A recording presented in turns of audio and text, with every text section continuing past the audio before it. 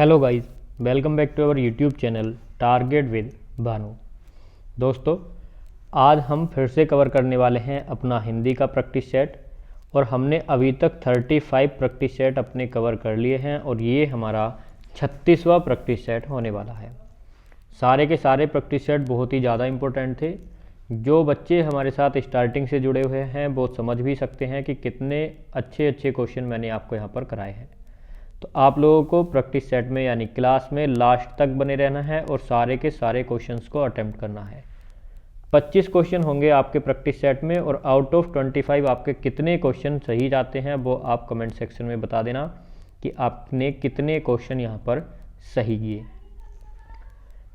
जो आपका पैटर्न चल रहा है सीआरपीएफ के एग्ज़ाम का, तो उसी पैटर्न पर मैंने ये आपका प्रैक्टिस सेट देखिए बना के रखा हुआ है। उसी तरह से सेट किया है जिस तरह से आपसे एग्ज़ाम में क्वेश्चंस पूछे जा रहे हैं।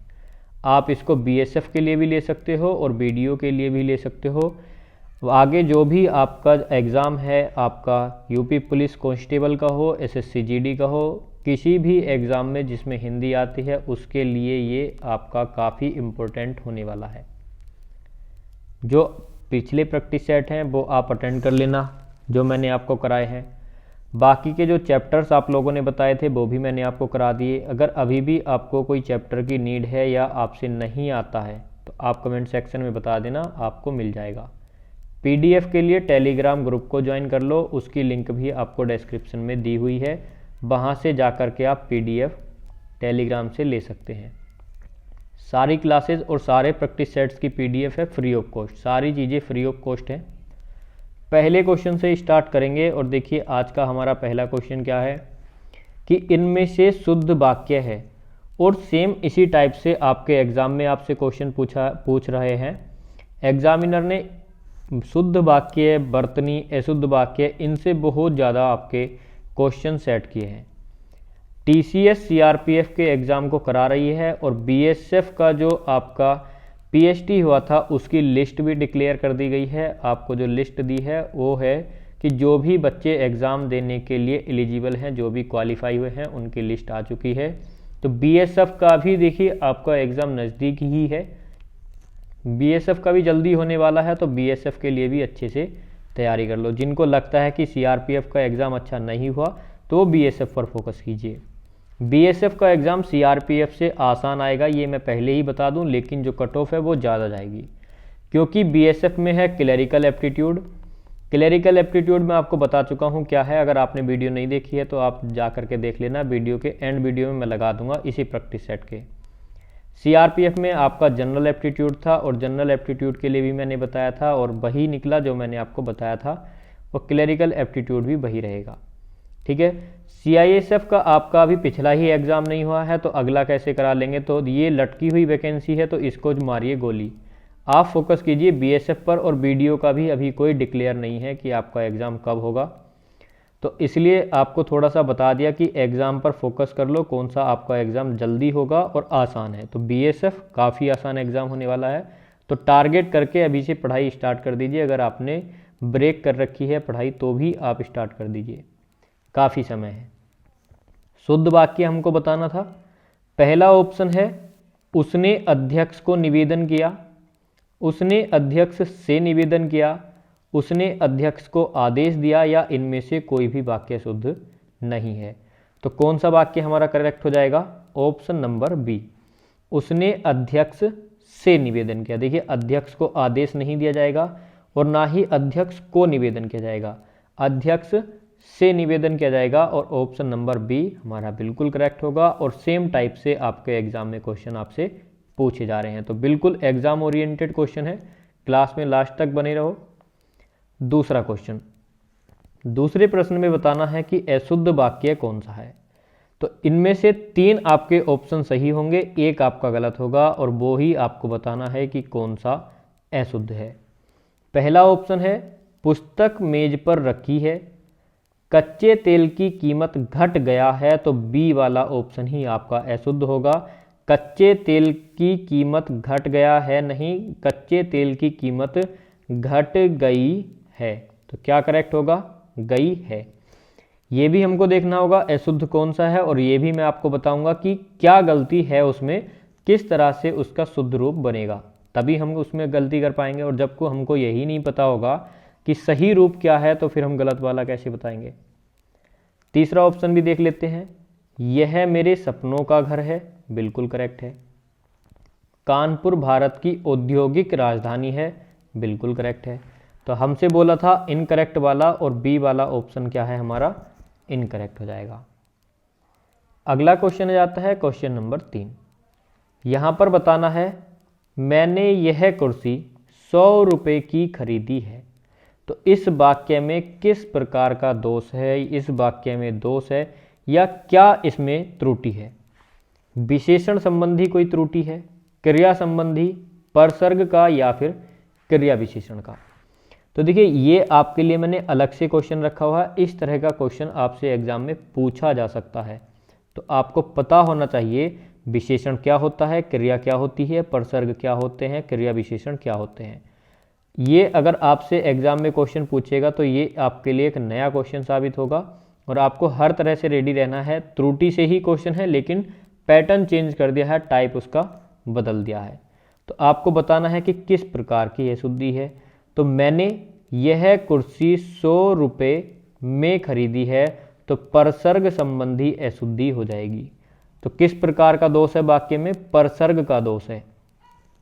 ठीक है, अगला क्वेश्चन है कि शुद्ध वाक्य छाटिए। तो इस प्रकार इस वाक्य में, इसमें क्वेश्चन में आपको करेक्ट वाला बताना है। ऑप्शन ए आपको दिया है बंदूक एक उपयोगी अस्त्र है, यह मेरा पुस्तक है, इन्हें एक पुत्र है, या भारत में अनेकों जातियां हैं। तो मैंने आपसे बोला था कि सबसे पहले अनेकों गलत होता है। मैंने कल वाले क्वेश्चन जो क्लास आपको कराई थी तो उसमें दिया था श्री कृष्ण के अनेकों नाम हैं, तो तब मैंने आपको बताया था कि अनेकों नहीं होगा, श्री कृष्ण के अनेकों नाम है नहीं होगा, श्री कृष्ण के अनेक नाम हैं। कल की क्लास में हमने 100 प्लस क्वेश्चन, यानी कि 100 नहीं 80 प्लस क्वेश्चन, 80 प्लस क्वेश्चन मैंने आपको शुद्ध और अशुद्ध से कराए थे। उसमें बहुत इंपॉर्टेंट क्वेश्चन मैंने आपको कराए हैं, शुद्ध और अशुद्ध वाक्य कराए हैं बिल्कुल, और ऐसे ही कराए हैं ऑब्जेक्टिव टाइप क्वेश्चन में। परसों की क्लास में हमने 100 प्लस मुहावरे देखे थे। दोनों क्लास को मैं इस क्लास के एंड में लगा दूंगा, आप लोग देख लेना। क्लरिकल एप्टीट्यूड वाली कोई इतनी इम्पोर्टेंट नहीं है कि मैं उसको आपको लगाऊं, अगर आप नहीं भी देखोगे तो चलेगा। लेकिन ये मुहावरे वाली और जो मैंने आपको शुद्ध और अशुद्ध वाली क्लास कराई है, ये दोनों बहुत ज़्यादा इंपॉर्टेंट है। मैराथन टाइप में 100 प्लस कराए हैं, 80 प्लस कराए हैं। PDF आपको टेलीग्राम पर मिल जाएगी, और शुद्ध अशुद्ध और मुहावरे की अलग से एक PDF और मैं डाल दूंगा, वहाँ पर आपको 400 प्लस मुहावरे और लोकोक्तियाँ मिल जाएंगी। तो काफ़ी इंपॉर्टेंट है। अब क्वेश्चन में देख लेते हैं कि शुद्ध वाला वाक्य। तो बंदूक एक उपयोगी अस्त्र है, यह मेरा पुस्तक है, और इन्हें एक पुत्र है। तो देखिए बंदूक क्या है, एक उपयोगी अस्त्र है। तो बंदूक क्या होती है, शस्त्र होती है या अस्त्र। ये ध्यान रखना होता है कि बंदूक एक उपयोगी शस्त्र है या बंदूक एक उपयोगी अस्त्र है। तो बंदूक किस में आ जाएगी, तो देखिए जो साथ रह के चलाया जाए तो वो होता है शस्त्र, से शस्त्र और से साथ। तो जो हमारे साथ रहे जैसे भाला, तलवार, तो वो क्या हो जाएगा, वो हो जाएगा हमारा एक शस्त्र। और जो फेंक कर या दूर से ही चला दिया जाए तो वो क्या होता है, अस्त्र। तो शुद्ध वाक्य क्या हो जाएगा, बंदूक एक उपयोगी अस्त्र है। यह मेरा पुस्तक है, तो ये गलत है, इसमें होगा यह मेरी पुस्तक है। इन्हें एक पुत्र है, तो इसमें हो जाएगा इनका एक पुत्र है। सारे गलतियों का पता चल गया कि उनका सही रूप क्या होगा। तो सारी चीज़ें हम समझते हुए चलेंगे कि सही क्या है, गलत क्या है, सब चीज़ें। अगला क्वेश्चन है सही वाक्य छाटिए। तो इसमें आपको करेक्ट वाला बताना है कि सही वाला वाक्य कौन सा होगा। तो सबसे पहला ऑप्शन आ जाता है, राम को उत्तीर्ण होने की आशंका है, राम को अनुत्तीर्ण होने का शक है, जंगल में प्रातः काल के समय बहुत सुहावना दृश्य होता है, और मेरे से मत पूछो। तो सबसे पहले हमारा ऑप्शन ए ही करेक्ट हो जाएगा। हमसे बोला था सही वाक्य, सही वाक्य कौन सा हो जाएगा? Option number A. अब बाकी में देख लेते हैं कि जब हमारा पहला ही सही है तो बाकी के जो ऑप्शंस हैं उनमें गलती क्या है। तो क्योंकि तभी हमको पता पड़ेगा कि हमारा सही कैसे है, गलत कैसे है, सारी चीज़ों को समझते हुए चलेंगे। तो बी वाला ऑप्शन देख लेते हैं कि बी ऑप्शन में हमको क्या गलती करके दी है। तो राम को अनुत्तीर्ण होने का शक है, तो शक शब्द का प्रयोग नहीं करेंगे। जो मैंने आपको मैराथन कराई थी उसमें भी समझाया है, यानी कल वाली ही क्लास में जब मैंने आपको शुद्धिया अशुद्धिया कराई थी कि अनुत्तीर्ण या उत्तीर्ण होने का शक नहीं होता है, वहाँ पर हमारा सही शब्द होता है आशंका, जो कि आपको ऑप्शन ए में दिया है। जब भी आपसे बोले कि राम को अनुत्तीर्ण होने का शक है तो उसको काट दीजिए, हमेशा करेक्ट करिए कि अनुत्तीर्ण होने की आशंका। तो जब भी आपको अनुत्तीर्ण उत्तीर्ण दिखे तो वहाँ पर आपको क्या लगाना है? वहाँ पर लगाना है आशंका। ऐसे करके नोट कर लीजिए, अनुत्तीर्ण के साथ आशंका। सी ऑप्शन में क्या गलती है? तो जंगल में प्रातः काल के समय, काल भी एक समय को दिखाता है और समय भी समय को दिखाता है, तो ये क्या हो जाएगा? हमारा सुपरफ्लुअस हो जाएगा। इंग्लिश में क्या बोलते हैं? सुपरफ्लुअस, यानी कि अधिकता, शब्दों की अधिकता यहाँ पर आपको देखने को मिलेगी। जब हमको पहले ही प्रातः काल दे दिया है तो फिर समय की आवश्यकता नहीं होगी। जंगल में प्रातः काल बहुत सुहावना दृश्य होता है। डी ऑप्शन की यदि हम बात करें तो यहाँ पर दिया है मेरे से मत पूछो, तो मेरे से नहीं होगा, यहाँ पर हो जाएगा मुझ से मत पूछो। तो ऑप्शन डी कैसे करेक्ट होगा? मुझ से।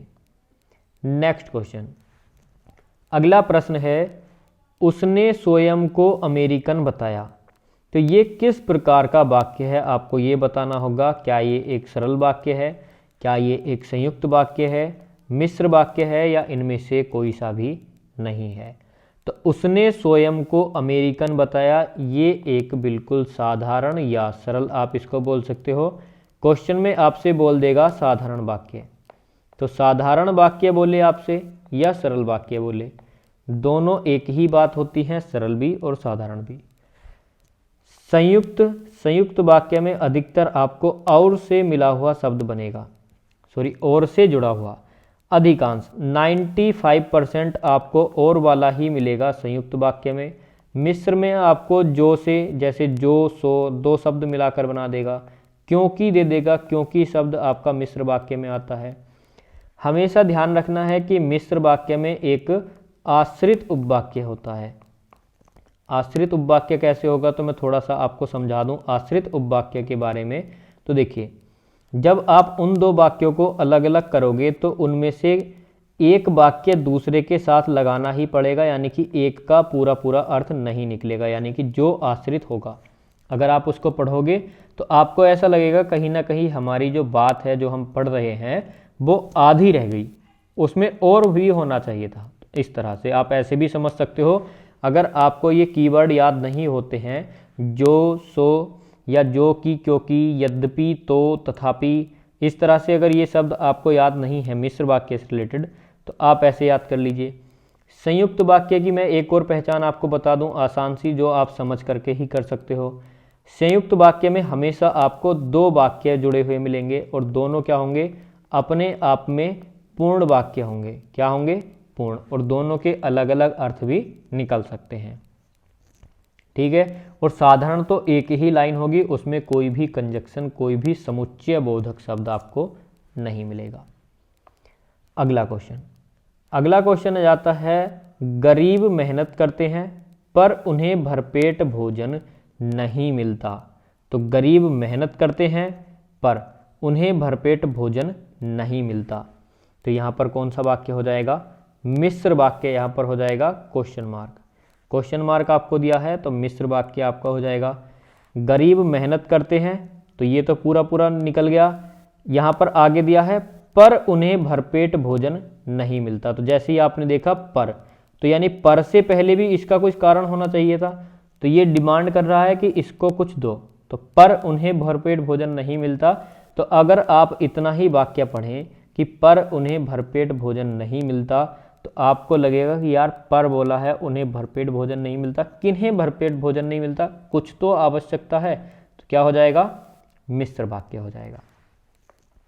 अगला क्वेश्चन है, जो गरजते हैं वे बरसते नहीं, तो यानी कि यहाँ पर फिर से आपका मिश्र वाक्य हो जाएगा। जो गरजते हैं, जो और सो वाली बात हो गई, जो गरजते हैं वे बरसते नहीं, वे बरसते नहीं, तो फिर से आप बोलोगे कौन नहीं बरसते, तो ये आपसे को आंसर मिलेगा जो गरजते हैं। ठीक है, जो गरजते हैं वे बरसते नहीं। अब इनको अलग करके देख लिया आपने, वे बरसते नहीं, तो आपको मिल गया होगा आंसर कि जो गरजते हैं। तो इस तरह से भी आप समझ सकते हो। नेक्स्ट क्वेश्चन की यदि हम बात करें तो हमसे दिया है मुहावरा, पानी पीकर जात पूछने का अर्थ क्या होगा। तो क्या ये कोई अनोखा काम है कि अगर आपने पानी पीकर जात पूछ ली तो ये कोई अनोखा काम कर दिया, विपरीत काम कर दिया, या काम निकालने के बाद सोचना, या फिर आराम से विचार करना। तो पानी पीकर जात पूछना यानी कि काम निकलने के बाद सोचना। किसी के हाथ से आपने एक गिलास पानी लेकर पी लिया, लेकिन आपको ये नहीं पता, जो भी हैं जो देखिए जात पात में ट्रस्ट करते हैं, तो जो भी हैं तो उन्होंने मान लीजिए किसी कोई कास्ट है, एसटी मान लीजिए, एसटी या एससी, मैं किसी कास्ट को देखिए ऐसे डायरेक्टली मैं टारगेट नहीं कर रहा हूँ, मैं एक छोटी सी बात बता रहा हूँ उन लोगों के लिए जो जात पात में विश्वास रखते हैं। तो जात पात के हिसाब से, तो अगर मैं एक एग्जाम्पल के तौर पर लेना चाहता हूँ कि इनमें से किसी के हाथ से एक अपर कास्ट या ब्राह्मण ले लीजिए, ब्राह्मण ने पानी पी लिया और फिर पूछता है कि भाई तो किस कास्ट का है, तो ये वाली बात हो गई कि काम तो हो गया, उसके बाद सोच रहा है कि यार ये क्या हुआ। तो अब क्या सोचना, अब पछताए होत क्या जब चिड़िया चुग गई खेत। तो ये वाला मुहावरा इस वाले एग्जाम्पल पर काम करेगा कि अब पछताए होत क्या जब चिड़िया चुग गई खेत। नेक्स्ट क्वेश्चन है, आंख का पानी ढल जाना। तो आंख का पानी ढलने का मतलब क्या होगा, बुढ़ापा आ जाना, बिल्कुल नहीं। प्रिय व्यक्ति का बिछुड़ जाना, बिल्कुल नहीं। निर्लज्ज हो जाना यानी कि उसकी आंखों में शर्म न रहना। कहते हैं कि तेरी आंखों का पानी मर गया, तो वही है कि जिसको निर्लज्ज हो जाता है, जो वो वाले। अगला क्वेश्चन आ जाता है, चांद का मुंह टेढ़ा। तो इस कविता संग्रह के कवि कौन है। गजानन माधव मुक्तिबोध, भारत भूषण अग्रवाल, प्रभाकर माचवे, या सच्चिदानंद बात्स्यायन अज्ञे। तो बात्स्यायन ऐसे लिखा जाएगा, मैं लिख के दिखा देता हूँ, बात्स्यायन। इसकी आपसे शुद्ध वर्तनी भी पूछ लेता है और ये आपका काफ़ी बार पूछा भी गया है। सच्चिदानंद, हीरानंद, बात्स्यायन अज्ञे, तो आपको पता होना चाहिए। अब बताना ये है कि सबसे पहली बात आपको ध्यान रखना है कि चांद का मुंह टेढ़ा ये एक कविता संग्रह है। आपसे विधा पूछ लेता है कि इस रचना की विधा क्या है, तो विधा भी आपसे अब एग्जाम में पूछ सकता है। हालांकि अभी तक कोई भी रचना आपसे नहीं पूछी गई है, लेकिन बूझ सकता है। तो चांद का मुंह टेढ़ा किसकी है, गजानन माधव मुक्तिबोध की। मैंने रचना वाला एक वीडियो आपको करा रखी है, आप जा करके चेकआउट कर लेना, देख लेना। अगला क्वेश्चन है, एक कहानी यह भी के रचनाकार कौन है। तो इसके रचनाकार बताने हैं आपको कि एक कहानी ये भी, क्या शिवानी है, यशपाल, महादेवी वर्मा, या फिर मनु भंडारी। तो एक कहानी यह भी के रचनाकार हो जाएंगे मनु भंडारी, और ऑप्शन नंबर डी क्या होगा आपका, बिल्कुल करेक्ट हो जाएगा। अगला क्वेश्चन, अंधेर नगरी साहित्य की किस विधा की रचना है। तो अंधेर नगरी जो है रचना, वो किस विधा की रचना है। क्या ये एक कोई कहानी है, क्या ये उपन्यास है, रिपोर्टाज है, या फिर एक नाटक है।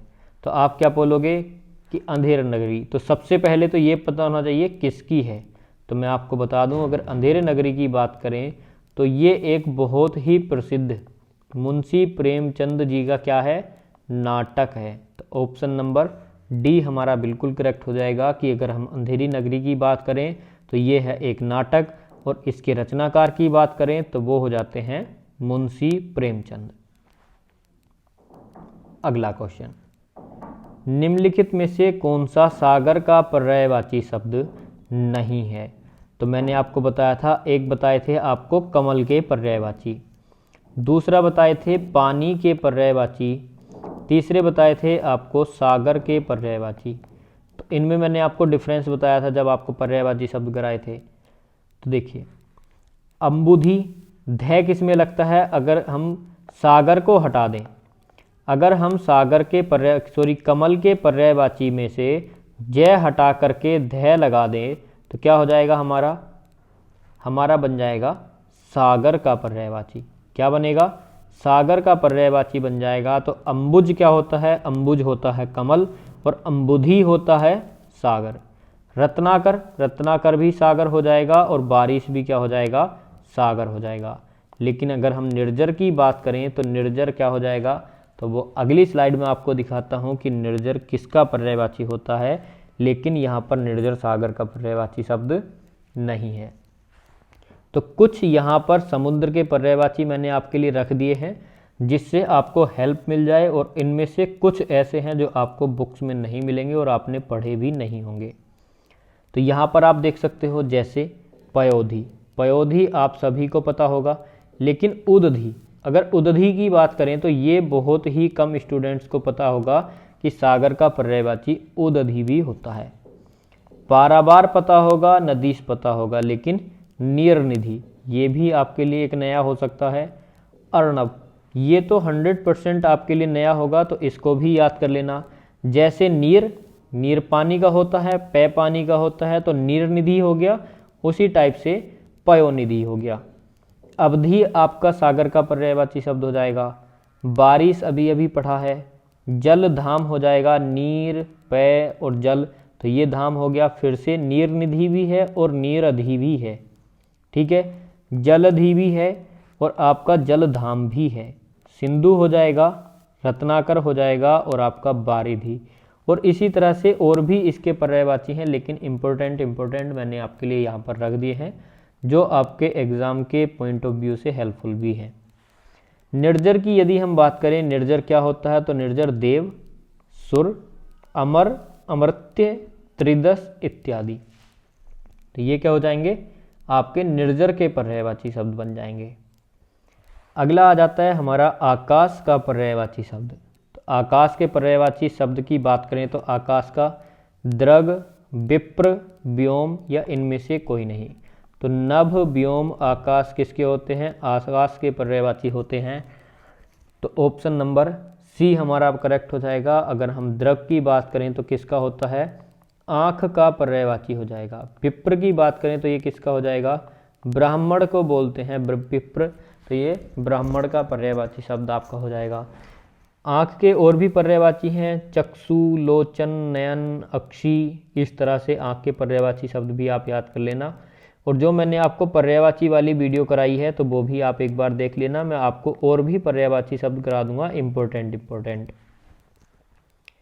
अगला क्वेश्चन है, फूल का पर्यायवाची शब्द नहीं है। तो इस बार आपको ध्यान देना है कि जो नहीं है वही हमको बताना है। तो इनमें से एक हमारा फूल का पर्यायवाची शब्द नहीं होगा। तो अगर हम बात करें सुमन, तो सुमन हमारा फूल का पर्यायवाची होता है। कुसुम भी फूल का पर्यायवाची होता है, और पुष्प भी फूल का पर्यायवाची शब्द होता है। एक ही ऑप्शन अब यहाँ पर रह जाता है, option number D, Tanuja. Tanuja आपका फूल का पर्यायवाची शब्द नहीं होता। अगला क्वेश्चन आ जाता है मृदुल। मृदुल का विलोम शब्द क्या है? कठिन, खराब, रुक्ष या कठोर।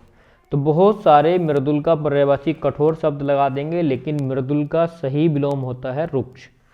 रुक्ष क्या होता है? तो ऐसे मान लीजिए कि रुक्ष यानी कि किसी से र्यूडली बिहेव करना, और मृदुल बहुत ही प्यार से बात करना, मृदुल स्वभाव हो जाएगा, और रुक्ष हो जाएगा र्यूडली बिहेवियर। ठीक है, तो आप समझ सकते हैं। तो मृदुल का सही विलोम कठोर ना होकर के क्या हो जाएगा? रुक्ष हमारा बिल्कुल करेक्ट हो जाएगा। अगला क्वेश्चन आ जाता है श्री गणेश। बहुत ज़्यादा इंपॉर्टेंट क्वेश्चन है, इसको नोट कर लीजिए। इसको 2 स्टार 3 स्टार जितने स्टार आप लोग देना चाहो उतने दे सकते हो, क्योंकि ये आपका बहुत ज़्यादा एग्जाम में पूछा जाता है। और श्री गणेश का सीधे सीधे विलोम शब्द हो जाएगा इतिश्री। श्री गणेश, इतिश्री, इनके अर्थ भी आपसे पूछे जाते हैं कि श्री गणेश क्या होता है। तो श्री गणेश प्रारंभ करना, किसी चीज़ को शुरुआत करना। और अगर इतिश्री की बात करें तो इतिश्री आता है अंत करने के लिए, यानी कि जब कोई चीज़ एंड हो जाती है तो उसको बोलते हैं इतिश्री, और जब कोई चीज़ शुरुआत होती है तो उसको बोलते हैं श्री गणेश करना। श्री राधा नहीं होगा और विनाश भी नहीं होगा। अगला क्वेश्चन है कि निम्नलिखित में से कौन सी पश्चिमी हिंदी की बोली नहीं है? तो बुंदेली, ब्रजभाषा, कन्नौजी या बघेली। तो देखिए बुंदेली भी हमारी पश्चिमी हिंदी की हो जाएगी, ब्रजभाषा भी हो जाएगी और कन्नौजी भी। लेकिन अगर हम बात करें बघेली की तो अवधी, बघेली और आपकी छत्तीसगढ़ी कहाँ की हो जाएंगी? तो अवधी, बघेली, छत्तीसगढ़ी हो जाएंगी आपकी पूर्वी हिंदी की बोली हो जाएंगी। कहाँ की हो जाएगी? पूर्वी हिंदी की। तो पश्चिमी हिंदी की बोली इनमें से कौन नहीं है? ऑप्शन नंबर डी, बघेली हमारी पश्चिम हिंदी की बोली नहीं है। तो बोलियों से आपका क्वेश्चन बन सकता है, इसको नोट कर लेना और याद भी कर लेना। जब मैंने आपको एनालिसिस कराया था तो मैंने आपको जीएस में बताया था सीआरपीएफ के लिए कि आप योजनाओं पर फोकस कीजिए। योजना आपसे पूछी जा सकती है, इंडेक्स आपसे पूछा जा सकता है, और आपका लोक संगीत जो होते हैं और लोक नृत्य, ये 4 चीज़ मैंने आपको बताई थी। और आपने देखा होगा कि अगले ही दिन तीसरी शिफ्ट में और दूसरी शिफ्ट में इन चारों से क्वेश्चन पूछे गए थे। मैंने तो एक अनुमान लगाया था क्योंकि पेपर मैंने तो सेट किया नहीं है, लेकिन जो आपके एग्ज़ाम का, देखिए जो मेरा अनुभव है उसके हिसाब से, जो आपके एग्ज़ाम का पैटर्न चल रहा था उस हिसाब से मुझे लगा और वो हुआ। तो इसलिए जो भी आपसे बताया जाता है उस पर फोकस कर लीजिए। थोड़ी सी ज़्यादा मेहनत ही तो करनी पड़ेगी, लेकिन बेनिफिट देखिए, बेनिफिट कितना ज़्यादा हो जाएगा आप लोगों का। अगला क्वेश्चन है दक्षिणी भारत हिंदी प्रचार सभा का मुख्यालय कहाँ स्थित है? तो इस तरह का क्वेश्चन भी आपसे पूछ लेगा एग्जाम में, बहुत इंपॉर्टेंट है।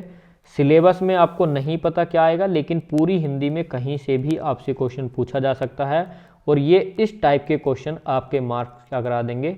कम करा देंगे। तो ऐसे क्वेश्चन से भी आपको देखिए अवगत कराना मेरा तात्पर्य है, तो मैं आपको ऐसे क्वेश्चन भी कराऊंगा जो आपको बुक्स में या बाकी के प्रैक्टिस सेट जो आप लोग लगा रहे हो कहीं से भी वहाँ नहीं मिलते, यहाँ पर आपको वो भी मिलेंगे। तो अगर हम बात करें दक्षिणी भारत, ध्यान देना, दक्षिणी भारत हिंदी प्रचार सभा का मुख्यालय हैदराबाद नहीं, बंगलोर नहीं, चेन्नई बिल्कुल करेक्ट। तो दक्षिणी भारत हिंदी प्रचार सभा का मुख्यालय कहाँ हो जाएगा? चेन्नई हो जाएगा, ऑप्शन नंबर सी। अगला क्वेश्चन, शारीरिक आरोग्य के लिए प्रातः एवं संध्याकालीन भ्रमण अत्यंत लाभप्रद माना जाता है।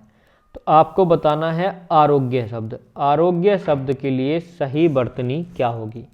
तो आरोग्य ऑप्शन ए सही है, आरोग्य सही होगा, आरोग्य सही होगा या फिर आरोग्य सही होगा? तो आप लोग बोलोगे कि ऑप्शन नंबर डी क्या हो जाएगा हमारा?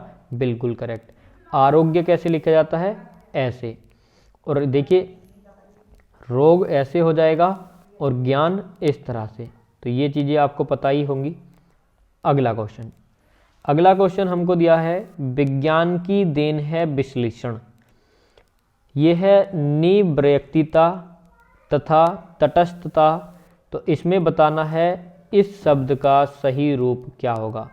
तटस्थता नहीं होता, तटस्थता होता है, इसका भी ध्यान रखना, तटस्थता।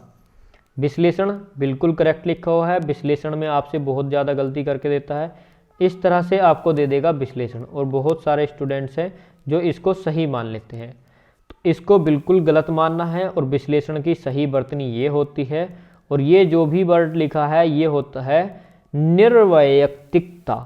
ऑप्शन नंबर बी वाला बिल्कुल करेक्ट हो जाएगा, निर्वैयक्तिकता। यहाँ पर दिया है निवैयक्तिकता और ये है निर्वैयक्तिकता, और ए ऑप्शन है निवैयक्तिकता। तो ये सारे ही गलत हैं, बोलने में भी देखिए बहुत हेजिटेशन सी हो रही है इनको, लेकिन आपको ऑप्शन बी और ऑप्शन डी इन दोनों में डिफरेंस देखना होगा। डबल मात्रा वाला ही आपको लगाना होगा, गलती से भी सिंगल मात्रा वाला नहीं लगा देना, क्योंकि वैयक्तिकता नहीं होता है, वैयक्तिकता नहीं होता है, वैयक्तिकता होता है। क्या होता है? वैयक्तिकता। ठीक है। और कहीं कहीं आपको व्यक्तित्व, इस तरह से व्यक्तिकता मिल जाएगा, तो व्यक्तिकता भी गलत होता है। कभी आप व्यक्तित्व के हिसाब से लगा दो, क्योंकि एक शब्द होता है व्यक्तित्व, तो व्यक्तित्व के हिसाब से व्यक्तिकता नहीं लगाना है, वैयक्तिकता ही लगाना है, ठीक है। अगला क्वेश्चन, रोगी में उत्कृष्ट जिजीविषा थी, तो उत्कृष्ट यानी कि ये होगा उत्कृष्ट, तो उत्कृष्ट जिजीविषा थी, तो जिजीविषा भी आपसे बहुत ज़्यादा आपके एग्जाम में पूछा जाता है, तो इसको भी मार्क करके रख लो, जिजीविषा। तो ऑप्शन ए करेक्ट होगा जिजीविषा, ऑप्शन बी करेक्ट होगा जिजीविषा, ऑप्शन सी करेक्ट होगा या ऑप्शन डी। तो जितने भी स्टूडेंट ऑप्शन बी वाले हैं, जिजीविषा पहले छोटे ई की मात्रा, फिर बड़े ई की मात्रा, और वह पे छोटे ई की मात्रा और षटकोण वाला से जिजीविषा, तो ऑप्शन बी हमारा बिल्कुल करेक्ट हो जाएगा। नेक्स्ट क्वेश्चन जाता है कि निम्न में से कौन सा पद अव्ययी भाव समास है। अव्ययी भाव ग्रहागत, आचार कुशल, प्रतिदिन या कुमारी। तो जैसे ही आपने प्रतिदिन देखा, प्रतिदिन ही हमारा बिल्कुल करेक्ट हो जाएगा, क्योंकि मैंने आपको कुछ शब्द बताए थे, अनु, आ, हर, भर, यथा,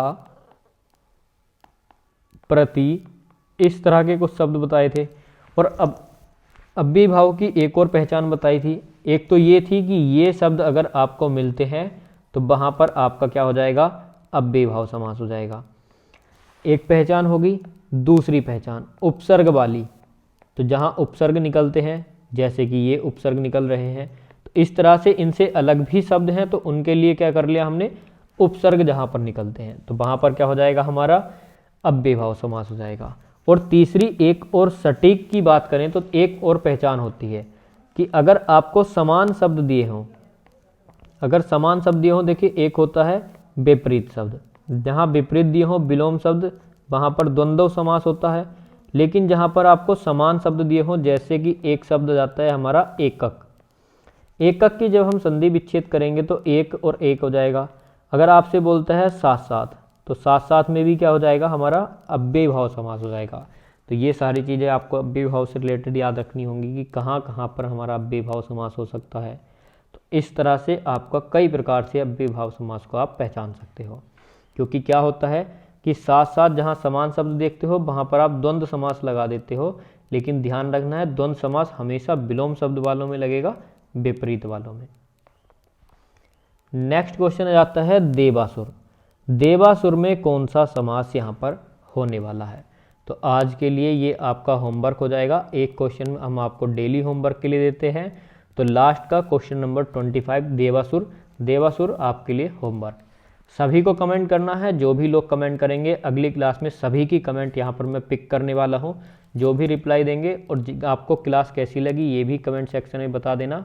और अगर आपको क्लास पसंद आती है तो एक प्यारा सा कमेंट जो कि आपका अगली क्लास के लिए पिक किया जाएगा, और मैं देखिए अप्रिशिएट करूँगा जो भी आप कमेंट करते हो, और मैं उनको स्लाइड में भी दिखाऊंगा कि कितने लोगों ने यहाँ पर आंसर किया है और कितने लोगों को क्लास पसंद आ रही है। क्लास लाइव नहीं होती है, पहले जैसे मैं लेता था आपकी कमेंट, तो उसी तरह से मैं आपकी कमेंट्स फिर से लेने लगूंगा अब आगे, क्योंकि पीछे टाइम कम था इस चक्कर में नहीं ले पाया, लेकिन कल से आपकी सारी कमेंट्स पिक कर ली जाएंगी। लाइव क्लास नहीं होती, आपका नाम नहीं ले पाता, तो हम रिकॉर्डेड फॉर्म में ही आपकी कमेंट उठा के मैं कमेंट का रिप्लाई भी देता हूँ और आपकी क्लास में भी लगा दूंगा। क्लास आपको अच्छी लगती है तो प्लीज़ यार इसको लाइक करके और अपने सारे दोस्तों के पास शेयर कर देना। और साथ ही साथ सबसे इम्पोर्टेंट चीज़, हमारे चैनल को सब्सक्राइब करना नहीं भूलना। आप ही लोगों का परिवार है, आपका अपना परिवार टारगेट विद भानु। तो फटाफट से लाइक करके आगे की क्लासेस के लिए और आगे के नोटिफिकेशंस के लिए बेल आइकन को भी प्रेस कर लो और क्लास को लाइक करके शेयर भी कर दो।